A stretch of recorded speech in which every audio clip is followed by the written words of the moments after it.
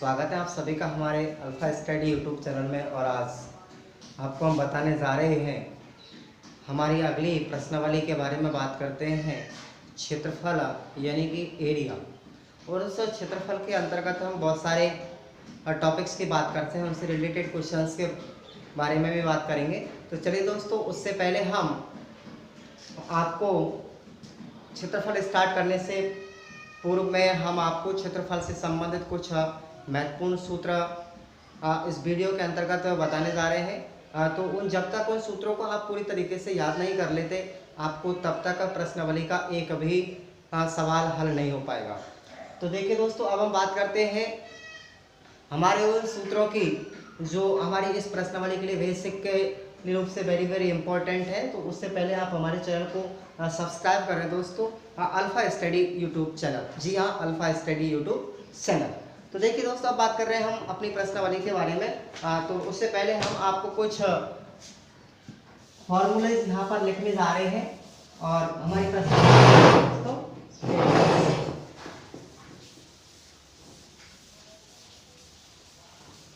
तो दोस्तों हम जो ये वीडियो आपको दे रहे हैं यूट्यूब चैनल के माध्यम से, वो सारी वीडियोस दोस्तों railway, SSC, bank, PO standard थोड़ा सा बहुत हैवी है और आप लोग अच्छी तरीके से पढ़ें। आपको वीडियो के जो डिस्क्रिप्शन लिंक है, उस डिस्क्रिप्शन के अंतर्गत आपको हम हमारे जो चैप्टर है उसकी पीडीएफ फाइल भी अवेलेबल करवा देंगे। तो देखिए दोस्तों, बात करते हैं हम पहले क्षेत्रफल की।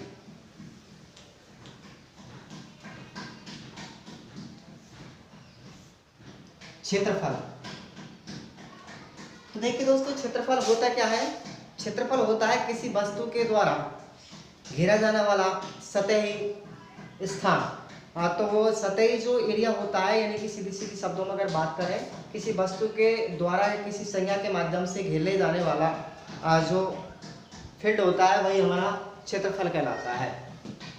और क्षेत्रफल का मतलब यह है कि वो वस्तु कितना स्थान घेरती है। सीधे सीधे शब्दों में, जितना स्थान घेरती है वो वस्तु, उस वस्तु का क्षेत्रफल कहलाता है। अब यहाँ पर प्रत्येक आकृति के बारे में बात करते हैं क्षेत्रफल के लिए। जैसे आयत है, वर्ग है, त्रिभुज है, वृत्त है। यहाँ पर 4 जो टॉपिक्स पढ़ेंगे आप क्षेत्रफल से संबंधित, आयत, वर्ग, त्रिभुज और वृत्त। तो देखिए दोस्तों, बात करते हैं हम पहले आयत की। आयत होता क्या है?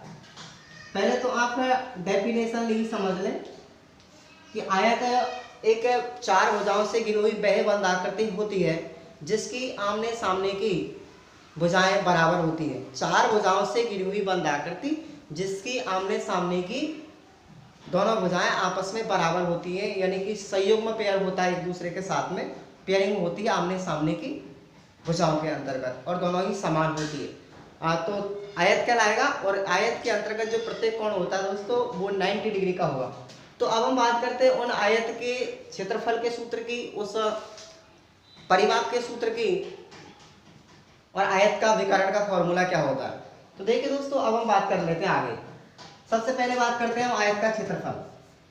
आप साथ साथ लिखते भी जा सकते हैं। अब वैसे देखी जाए तो ये जो टॉपिक्स है बहुत ही छोटी क्लासों से शुरुआत हो जाता है। तो अब हम बात करते हैं आयत के क्षेत्रफल की। तो दोस्तों, इसका सूत्र होता है लंबाई गुना चौड़ाई। ये आपको ध्यान रखना है, आयत का क्षेत्रफल लंबाई गुना चौड़ाई। दूसरी बात करते हैं हम आयत का परिमाप।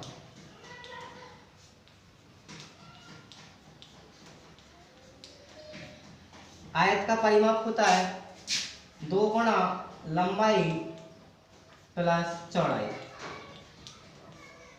मेरे भाइयों, जब तक आपको ये सूत्र सारे क्षेत्रफल के, जिन आकृतियों के क्षेत्रफल के हम बारे में बात कर रहे हैं, जब तक उनके आपको फॉर्मूला याद नहीं होंगे, आप एक भी सवाल हल नहीं कर सकते। ये आपको ध्यान रखना। उसके बाद हम बात करते हैं आयत का विकर्ण। यदि हमें निकालना हो तो उसका फॉर्मूला, आयत का विकर्ण। तो ध्यान रखना दोस्तों, रूट ऑफ लंबाई का स्क्वायर प्लस चौड़ाई का स्क्वायर। या हम ऐसे भी लिख सकते हैं, रूट ऑफ इंग्लिश टर्म में L square plus B square.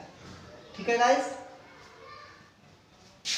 इनको भी हम लिख सकते हैं एल इंटू बी या फिर 2 गुणा एल प्लस बी।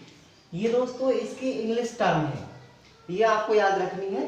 अंग्रेजी टर्म तो ये होती है एल, लंबाई को हम लेंथ से प्रदर्शित करते हैं और चौड़ाई को हम हाइट से यानी बी से प्रदर्शित करते हैं।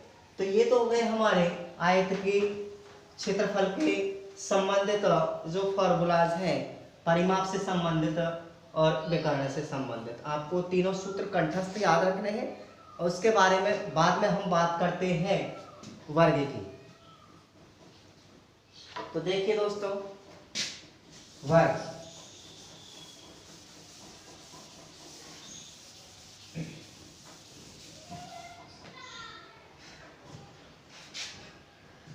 वर्ग की बात करेंगे आगे। तो देखिए पहले समझे वर्ग होता क्या है। वर्ग एक 4 भुजाओं से घिरी हुई बहिबंद आकृति होती है, जैसी आयत होती है, लेकिन थोड़ा सा अंतर होता है वर्ग में और आयत में। तो आयत का सिर्फ और सिर्फ आमने सामने की भुजाएं बराबर होती है, लेकिन वर्ग में चारों ही भुजाएं बराबर होती है। प्रत्येक कोण 90 डिग्री का होता है, लेकिन वर्ग में थोड़ा सा अंतर है और आयत में दूसरी विशेषताओं में कि जो आयत का होता है विकर्ण केवल समद्वि भाजित होता है, जबकि वर्ग का जो दोनों विकर्ण होते हैं वो आपस में 90 डिग्री पर समद्वि भाजित होते हैं। ये थोड़ा सा अंतर रखना आपको याद। तो देखिए बात करते हैं हम आयत वर्ग के क्षेत्रफल की।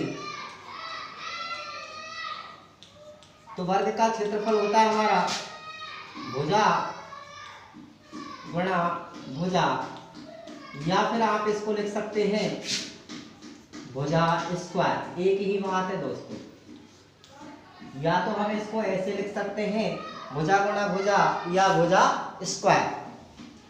अब बात करते हैं वर्ग के परिमाप की। वर्ग का परिमाप हो जाएगा हमारा 4 गुणा भुजा। ठीक है गाइस, 4 गुणा भुजा। उसके बाद में बात करते हैं वर्ग के विकर्ण की। इसका फॉर्मूला क्या होगा, आपसे पूछा जाएगा सवालों में, सीधा ही टर्म निकाला जाएगा, आपको विकर्ण का फॉर्मूला याद होना चाहिए। तो इसका सूत्र हो जाएगा √2 गुणा भुजा, यानी एक भुजा का मान दिया जाएगा, उसे आप √2 से गुणा कर सकते हैं और आपका विकर्ण का मान निकल के आ जाएगा। इस तरीके से आपको वर्ग के तीनों ही फॉर्मूले याद रखने हैं और ये तीनों ही आने वाले सवालों में काम आएंगे। तो उससे पहले आप हमारे वीडियो को लाइक कीजिए। अब आगे हम बात करते हैं हमारे त्रिभुज के बारे में। दोस्तों ये बेसिकली फॉर्मूले होते हैं जो हमारे प्रत्येक स्टैंडर्ड पर यानी प्रत्येक स्तर पर हमें काम आते हैं। उसके बाद हम बात करते हैं हम त्रिभुज। आपको सीधे ही ट्रिक के माध्यम से सवालों को बताया जाएगा, सीधे ट्रिक के माध्यम से सवालों को बताया जाएगा।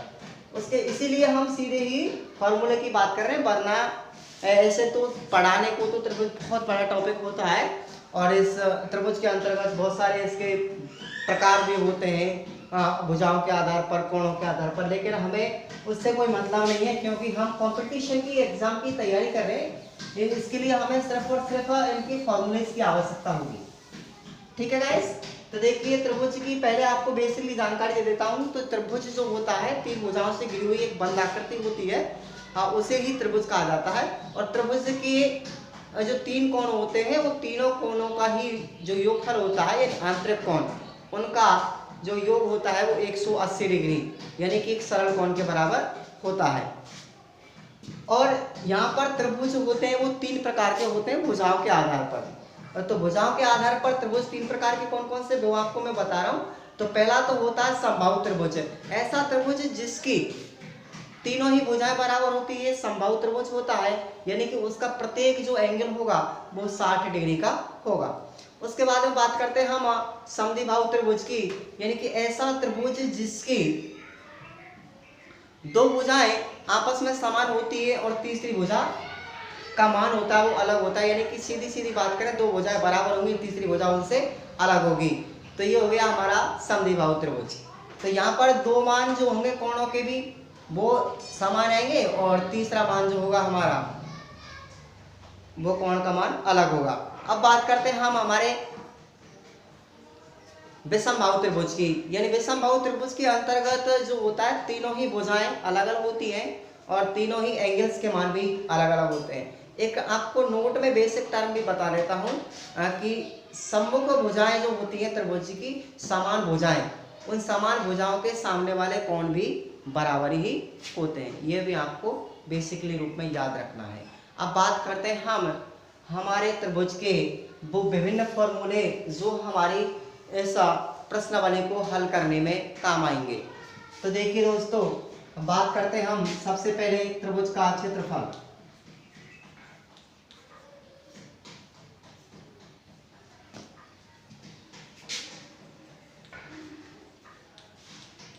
त्रिभुज का क्षेत्रफल, तो ये वाला जो त्रिभुज का क्षेत्रफल है मैं आपको बता रहा हूं, ये विषमबाहु त्रिभुज का क्षेत्रफल है।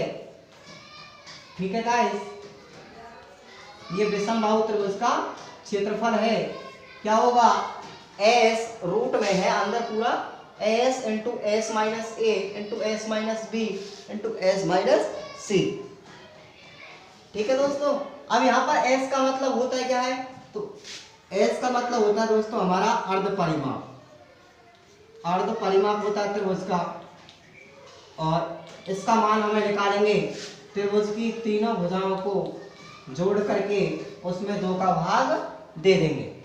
यानी कि त्रिभुज का अर्ध परिमाप a प्लस बी प्लस सी बटे 2 करने के बाद आपको अर्ध परिमाप निकलेगा। उस अर्ध परिमाप का मान आप यहाँ पर लिखेंगे s into s minus a into s minus b into s minus c. इस तरीके से अब बात करते हैं, ये दोस्तों हमारा विषमबाहु त्रिभुज का क्षेत्रफल है यदि उसकी तीनों ही भुजाएं डिफरेंट डिफरेंट दे रखी हों। अब बात करते हैं हम हमारे समकोण त्रिभुज का क्षेत्रफल।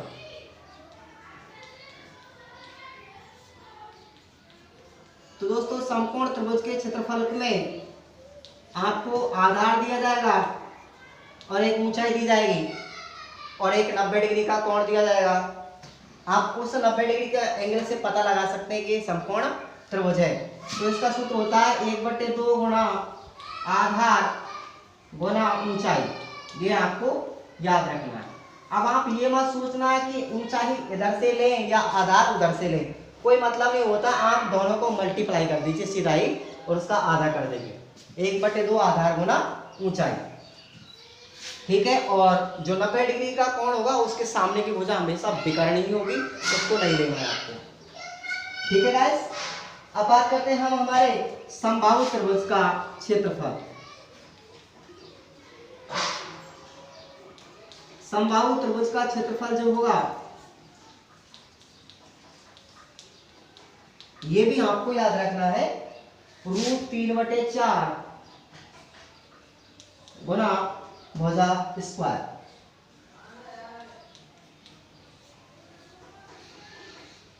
ठीक है दोस्तों, √3/4 गुणा भुजा स्क्वायर। आपको ये भी फॉर्मूला आपको याद रखना है समबाहु त्रिभुज का। उसके बाद में बात करते हैं हम हमारे समद्विबाहु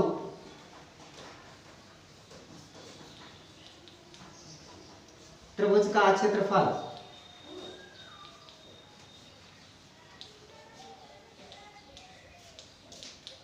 देखिए समद्विबाहु त्रिभुज का जो क्षेत्रफल होगा वो होगा हमारा b/4 √4a² माइनस b²। तो आपको ये याद रखना है a का मतलब क्या होता है, b का मतलब क्या होता है। तो a हमारी भुजा होगी और b भी हमारी भुजा होगी। इस तरीके से आपको समद्विबाहु त्रिभुज का जो क्षेत्रफल है उसका फॉर्मूला बन जाएगा b/4 into √4a² minus b²। ठीक है गाइस, अब हम बात करते हैं हमारे अगले टॉपिक के बारे में, चतुर्भुज की बात करेंगे। ठीक है गाइस, अब हम चतुर्भुज के फॉर्मूलों के बारे में बात करेंगे।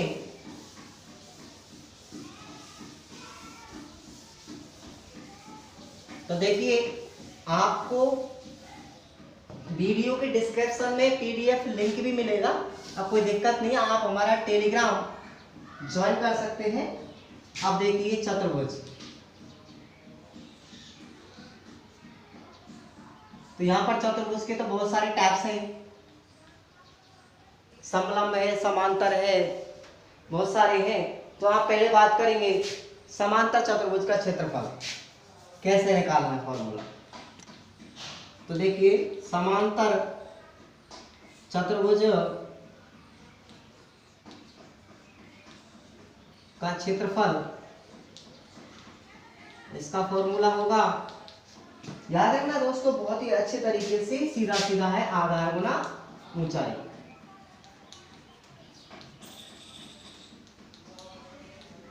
यानी कि बात करते हैं, देखिए थोड़ा सा अंतर आ गया त्रिभुज के अंतर्गत और समांतर चतुर्भुज में, कि वहां पर तो था त्रिभुज का, यानी कि समकोण त्रिभुज का क्षेत्रफल था 1/2 आधार गुना ऊंचाई, लेकिन यहाँ पर दोगुना हो गया।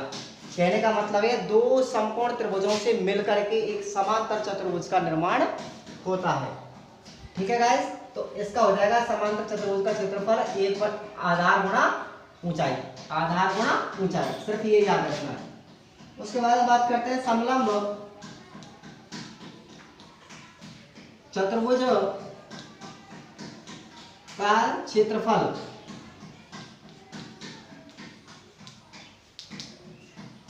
उसके बाद इसका आंसर आ जाएगा क्षेत्रफल का 1/2 गुना समांतर भुजाओं का योगफल, समांतर भुजाओं का योग गुणा बीच की दूरी आ जाएगी, इसकी उन भुजाओं के बीच की दूरी, ये दूरी है दोस्तों, उन भुजाओं के बीच की दूरी है, यानी फॉर्मूला बनेगा पूरा समलंब चतुर्भुज का क्षेत्रफल इक्वल टू 1/2 गुना समांतर भुजाओं का योगफल गुना उन भुजाओं के बीच की दूरी। ठीक है, अब देखिए बात करते हैं हम अगले कुछ सूत्र की। समचतुर्भुज का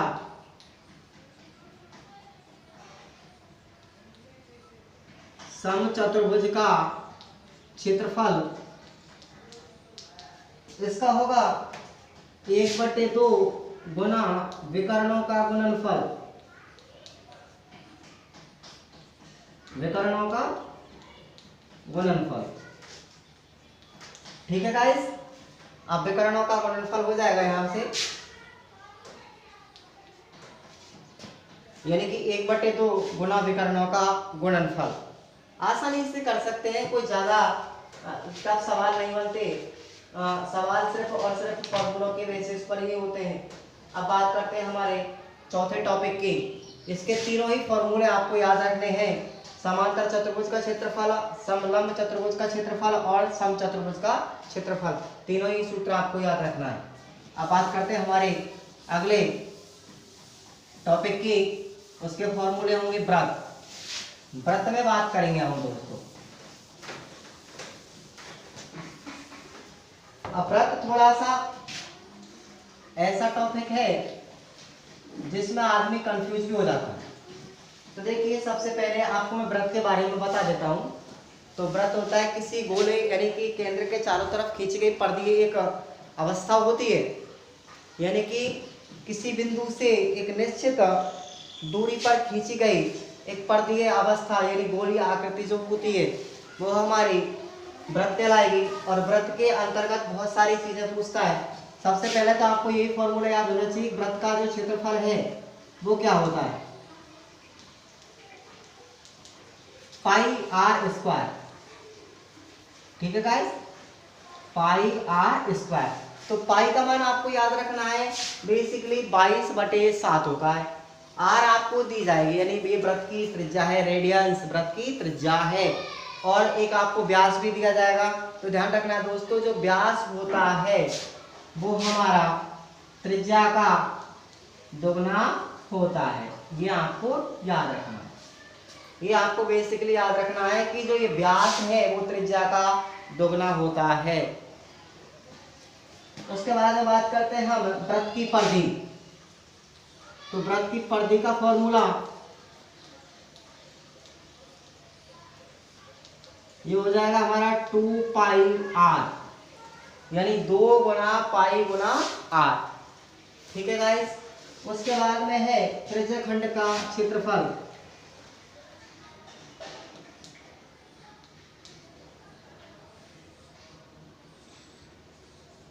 तो त्रिज्य खंड का क्षेत्रफल होगा हमारा थीटा बटे 360 गुना पाई आर स्क्वायर। ठीक है दोस्तों, यानी कि थीटा का मान है ये कितने डिग्री पर है, त्रिज्य खंड जो कितने डिग्री पर दिया गया है उसका कितना भाग है, 360 का कितना प्रतिशत भाग है, यानी कितना भाग है वही पाई आर स्क्वायर से गुना कर देंगे। ठीक है दोस्तों। उसके बाद में है अर्धवृत्त का क्षेत्रफल।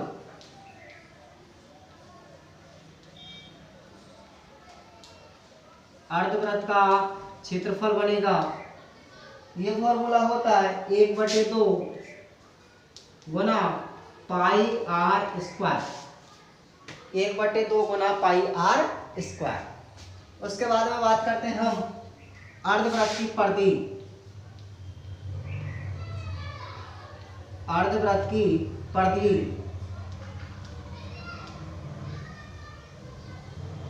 इसका हो जाएगा, परिधि का होता है 2πr और अर्धवृत्त की करेंगे तो उसका फॉर्मूला आधा नहीं होगा, थोड़ा सा अलग है, पाई आर प्लस 2r। ये आपको याद रखना है, बहुत ही अच्छा सूत्र है, पाई आर प्लस 2r।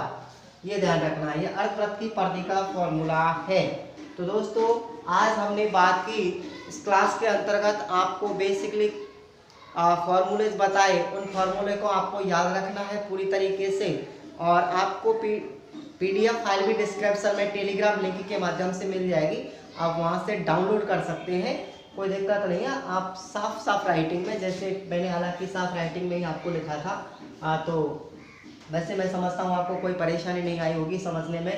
यदि कोई प्रॉब्लम हो आपको समझने में तो आप लोग कमेंट कर सकते हैं, तो हम आपको जवाब दे देंगे।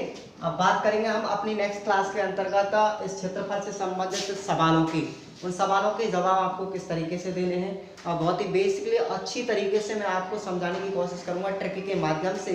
और दोस्तों ये जो हमारा ये सिलेबस चल रहा है, ये RRB, NTPC, SSC, MTS, group D, किसी में भी रीट में सब में कॉमन चलता है, तो आप इनको अच्छी तरीके से पढ़ें और सब्सक्राइब करें हमारे अल्फा स्टडी यूट्यूब चैनल को दोस्तों। तो आज के लिए वीडियो देखने के लिए बहुत बहुत धन्यवाद, बहुत बहुत शुक्रिया आपका। जय भीम, नमो बुद्धाय।